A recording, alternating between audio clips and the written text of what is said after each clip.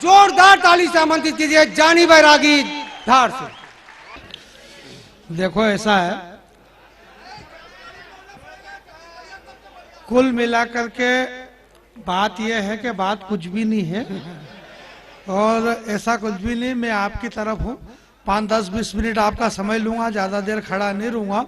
और देखो क्या है कि अभी हमारे भैया दिल के लिए इतनी सारी बातें बोल रहे थे। दिल मंदिर है, दिल भाई दिल तो मंदिर ही है, इसीलिए दिल में इतने लोग आ रहे हैं जा रहे हैं मंदिर है तभी तो आ रहे हैं जा रहे हैं। बहुत बढ़िया जानी भाई, बहुत तो कोई खास बढ़िया नहीं, आना जाना कोई अच्छी बात नहीं है, स्थायी बढ़िया रहता है। और दिल को स्थायी में बहुत आपके बीच में ज्यादा देर का टाइम नहीं लूंगा। मैं आपके बीच में ये कह रहा, बहुत सारा कवि सम्मेलन बहुत अच्छा चला भाई। राजेश अग्रवाल जी और तमाम पार्षद महोदय यहाँ पर विराजमान है। नगर पालिका के इन तमाम लोगों को मैं बहुत बहुत धन्यवाद देता हूँ कि आपके लिए इतना शानदार यहाँ कवि सम्मेलन करवाया। माँ वे जो एक नदी के सम्मान में अगर जिसे हम भगवान या देवी का रूप दे देते हैं, इससे बड़ी हमारी कोई संस्कृति नहीं हो सकती। एक बार जहां तक मेरी आवाज जा रही है, पूरा सदन जोरदार ताली बजाइए इस बात के लिए। बहुत बढ़िया। मैं बात का भरोसा नहीं करता हूं, पहले ही बजवा लेता हूं। क्या पता बाद में बजे नहीं बजे, इसलिए बजाई लो पहले ही। हालांकि मेरा ये मानना है कि देखो, माल ओरिजिनल होगा तो मार्केट में अपने आप बिकेगा। भाई विज्ञापन की क्या जरूरत है कि ताली बजाओ ताली बजाओ, कोई मतलब नहीं। हमारे कीर्ति जी ने बहुत अच्छा देशभक्ति का गीत सुनाया, शानदार गीत सुनाया। बात ये नहीं, ये तो इन्होंने सुनाया। अभी संपत जी हमारे शहर में कवि सम्मेलन हुआ तो एक कवि ने वीर रस का गीत सुना दिया, लोगों के रोंगटे खड़े हो गए, देशभक्ति जगी, रोंगटे खड़े हो गए। दुख इस बात का नहीं, टेंशन इस बात का कि जब रोंगटे खड़े हो गए, 3-4 दिन तक हो गए साहब, रोंगटे वापस बैठे ही नहीं लोगों की हालत है खराब, बच्चे मार परेशान, कपड़े नहीं पहन पाए, रोंगटे खड़े के खड़े। इसलिए मैं ऐसी कोई बात नहीं करूंगा। नेताओं को लेकर के हमारे अजय भाई ने कहा, लालू यादव ने यह कर दिया, सड़क खा गए, चारा खा गए। अरे भाई आपको इससे क्या टेंशन है? आप खुद का कॉन्फिडेंस बढ़ाओ ना खाने पीने का न खुद खा रहे हो ना दूसरे को खाने दे रहे हो। ये देश की संपत्ति सरकारी संपत्ति है, इस पे सबको अधिकार है। खाओ पियो ऐश करो, बस संसद में घाटे का बजट मत पेश करो। और ये कौन चिल्ला रहा कि खा गए, ये वही चिल्ला रहा जिसको खुद को खाने को नहीं मिला। भ्रष्टाचार करना, बेईमानी करना अन्याय है। अन्याय का मतलब क्या होता है? एक अन्य तरह की आय। बहुत बढ़िया भाई, वो आय अपन प्राप्त कर रहे हैं, क्या दिक्कत है? बहुत बढ़िया है भाई। ये कोई खाने पीने का सिलसिला कोई हाथ से चल रहा है क्या? हमें मालूम ही नहीं है। ये तो बहुत पहले से चला आ रहा है। आज से 5000 वर्ष पहले भगवान वेदव्यास जी महाराज ने लिखा। बहुत बढ़िया है भाई। इसी तरह से खाते पीते चिल्लाते थे पहले भी, जैसे कि हम यहाँ चल रहे हैं। और हमारी शक्ति सही जगह नहीं लग रही है। हमारी बहनें बैठी हुई है यहाँ पर इस कवि सम्मेलन के मंच पे। ये पवित्र मंच है, सर्वाधिक झूठ हम यही बोल रहे हैं। खड़े होते से ही शुरू। मेरी बड़ी बहन बैठी हुई है, मेरा छोटा भाई अजय अट्टपट्टू बैठा है, ये मेरे बड़े भाई। ये सबसे बड़ा झूठ है। मैं ऐसे कोई झूठ नहीं बोलता हूँ। मेरे कोई भाई बहन नहीं है। नहीं, क्या मतलब है? ये कहाँ रहता है, मैं कहाँ रहता हूँ, ये क्या मतलब है? कैसे भाई बहन हो गए भैया? ये हमारे बीच में वहां से आए और ये वहां से आए और ये दिल्ली से आए। भाई ये वहां से क्यों आए? क्योंकि ये वहीं के रहने वाले इसलिए वहां से आए हुए। छोटी सी बात में इतना लोड लेने की क्या जरूरत है? मैं बहुत छोटा कवि हूँ। ये पूरे देश दुनिया में घूमते रहते हैं, बम्बई, दिल्ली, बेंगलोर, हैदराबाद, जाने कहाँ जाते हैं। मैं कहीं भी नहीं गया हूँ, मेरे घर से सीधा यहीं आया हूँ और यहाँ से वापस मेरे घर चला जाऊंगा। नहीं, अपन 10-10, 20-20 दिन इधर उधर घूमते फिरो, क्या मतलब है? अपन इधर उधर घूमते फिरो और अपने घर के सामने फिर दूसरे घूमते फिरे। इसलिए आदमी को घर पे रहना बहुत जरूरी है। राजेश जी भी घूम घाम के आ गए, पता नहीं कहाँ गए। आप घर पे रहो, सारी समस्या खत्म हो जाएगी। भाई आज कांग्रेस क्यों चिल्ला रही बीजेपी पे? बोले मोदी जी घर पे नहीं रह रहे, मोदी जी घर पे नहीं रह रहे। जब देखो तब विदेश में घूम रहे। अब उनको ये पता नहीं कि अगला आदमी घर पे भी क्या करे। अगले के घर पे जरूरत ही नहीं है, वो जहां वहीं से अपना काम कर रहा है। सब अपने अपने ढंग से काम कर रहे हैं, क्या दिक्कत है? ऐश्वर्या राय, युक्ता मुखी, लारा दत्ता और प्रियंका चोपड़ा, क्या गजब का बनाया मालिक ने तुम्हारा थोबड़ा।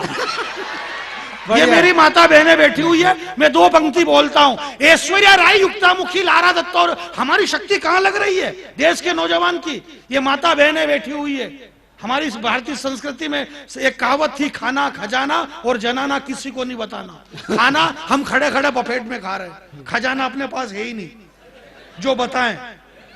और जनाना यानी भारतीय नारियां रैंप पे चल रही। इस देश में विश्व सुंदरी प्रतियोगिता का दौर होता है, कौन सी महिला किससे ज्यादा सुंदर, ये कंपटीशन हो रहा है यहाँ पे।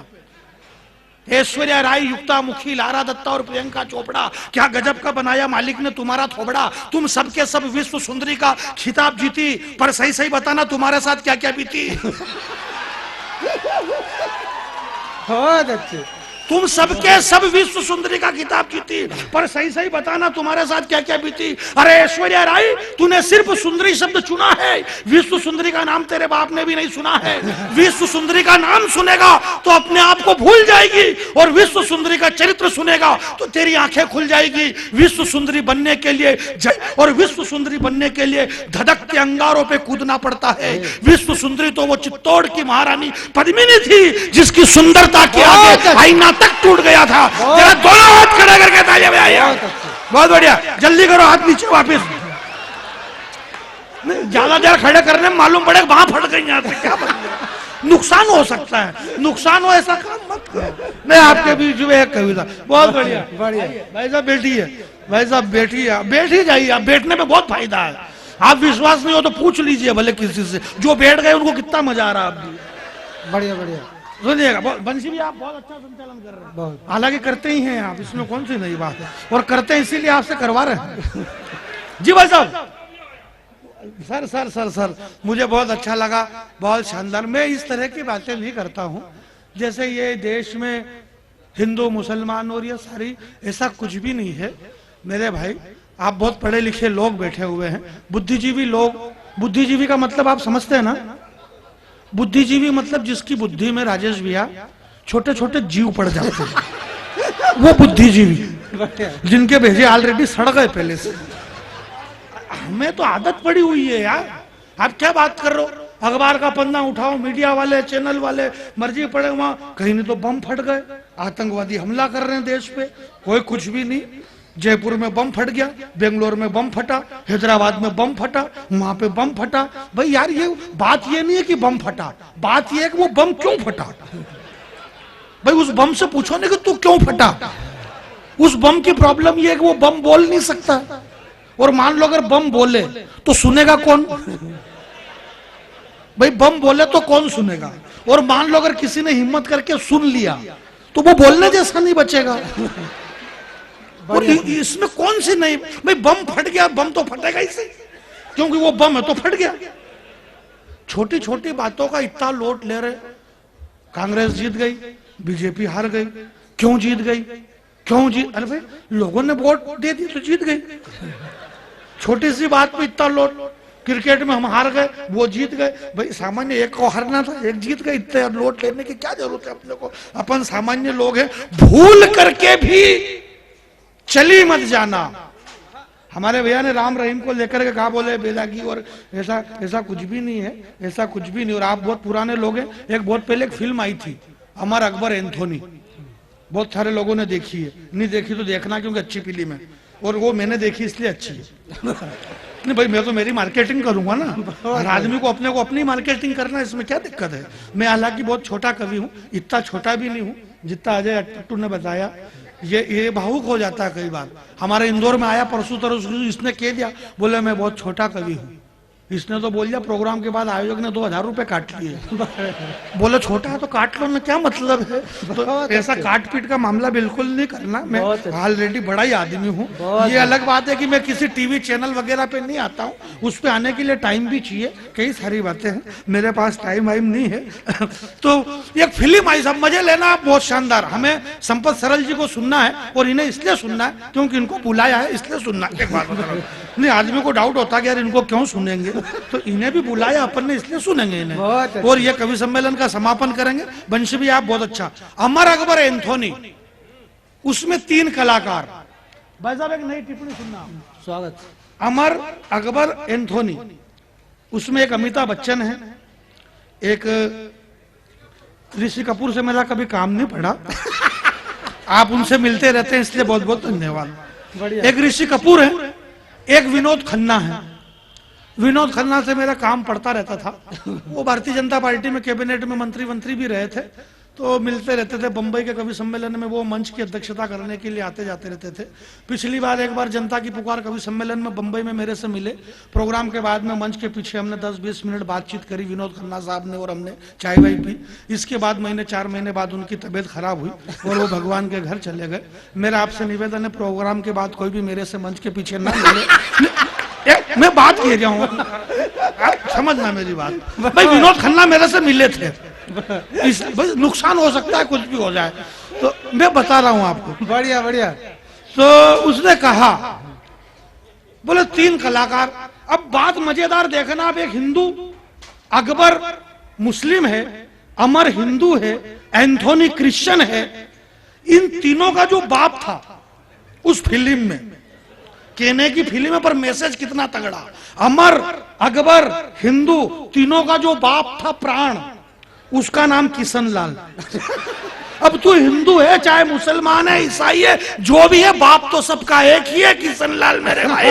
उत्पत्ति दी स्थिति सार कारणम सर्व कारण, सृष्टि का नियंता तो एक है। हम जबरदस्ती यहाँ पे कर रहे हैं मेरे भाई। तो मैं ये कह रहा था कि ऐश्वर्या राय, युक्तामुखी, लारा दत्ता और प्रियंका चोपड़ा, कविता वही चल रही है पहले नंबर की। मेरी 5-7 कविता एक साथ चलेगी, मालूम नहीं पड़ेगा कौन सी वाली कहाँ पूरी हो गई है और कौन सी वाली कहाँ शुरू हो रही। तुम सबके सब विश्व सुंदरी का खिताब जीती, पर सही सही बताना तुम्हारे साथ क्या क्या बीती।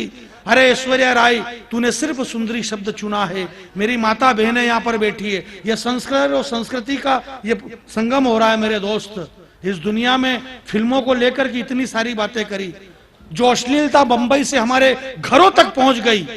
इस दुनिया में नग्नता सिर्फ 2 ही अच्छी लगती है, या तो नग्नता वो अच्छी लगे जब माँ की गोद में एक नन्हा बालक खेलता है, उस नन्हे बालक की नग्नता अच्छी लगती है, या फिर नग्नता वो अच्छी लगे जिसका तन कुंदन, मन कुंदन, तप तप कर तन बना होगा कुंदन। भला दुनिया में उससे ज्यादा सुंदर मूर्त क्या होगी। छत्तीसगढ़ के लोगों, कविता का संस्कार अगर आपके पास है तो एक भी हाथ खामोश न रहे। नग्नता वो अच्छी लगे जिसका तन कुंदन, मन कुंदन, तप तप कर तन बना होगा कुंदन।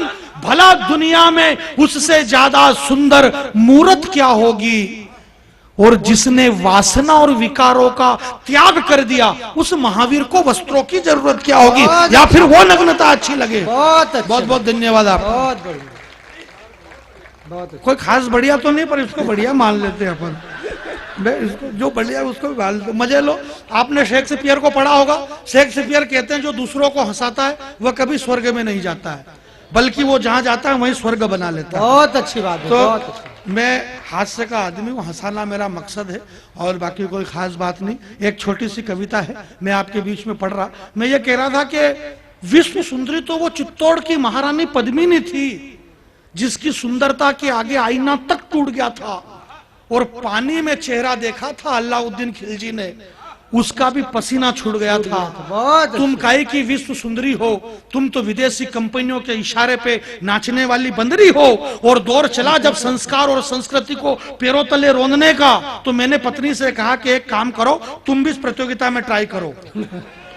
ये पत्नी ऐसा सब्जेक्ट है जिससे ज्यादा बात नहीं कर सकते अपन, वरना पता नहीं कब कहाँ क्या जवाब दे दे। मैंने मेरी पत्नी से कहा, बोले जो कट्टे बाल वाली मैडम है ना, मेरे सपने में आ रही थी। बोले अकेली आ रही होगी। मैंने कहा तुझे कैसे पता? बोले उसके हस्बैंड तो मेरे सपने में आ रहे थे। मैंने पत्नी से कहा कि एक काम करो, तुम भी इस प्रतियोगिता में ट्राई करो। पत्नी ने कहा कि मुझे तो होता है इस बात का कष्ट, विश्व सुंदरी यानी जिसके शरीर पे सबसे कम कपड़े वो फर्स्ट, इसलिए इस देश को विश्व सुंदरी प्रतियोगिता के लिए करोड़ों रुपया नहीं खोना चाहिए और देश में विश्व सुंदरी की जगह झांसी की रानी बनाने की प्रतियोगिता होना चाहिए। बहुत अच्छी बात है, बहुत बढ़िया। इस देश को झांसी की रानी बनाने की प्रतियोगिता होना चाहिए। हालांकि प्रतियोगिता करी पर रिजल्ट गलत निकला। अपन कोशिश करते रहे कि झांसी की रानी आएगी, झांसी की रानी आई नहीं, बदले में रानी मुखर्जी आ गई। हमारे रिजल्ट गलत निकल रहे हैं। रिजल्ट इसलिए गलत निकल रहे हैं कि देश के नौजवान की शक्ति सही जगह नहीं लग रही है। कहां लग रही नौजवानों की शक्ति? हमारे भैया ने फिल्मों का इतना प्रभाव बताया। इस देश के वो बंबई में बैठे हुए 2 कौड़ी के फिल्म गीतकार, जिन्होंने जहां हमारे शास्त्री जी ने कहा जय जवान जय किसान, उन्हें ये पता नहीं है ये हिंदुस्तान किसका है, या उन जवानों का, उन किसानों का 2 लाख रुपए मिले तो गीतकार ने गीत लिख दिए जोराजोरी चने के खेत में। 2 करोड़ में माधुरी दीक्षित ने नृत्य कर दिया जोराजोरी चने के खेत में। संगीतकार ने संगीत दे दिया जोराजोरी चने के खेत में। उस बेवकूफ माधुरी दीक्षित ने चने का खेत ही नहीं देखा, उसे मालूम ही नहीं कि चने के खेत में जोराजोरी हो ही नहीं सकती। नहीं, चने के झाड़ की साइज ही है, उसमें जोराजोरी कैसा करेगी? और जोराजोरी करेगी तो खुजली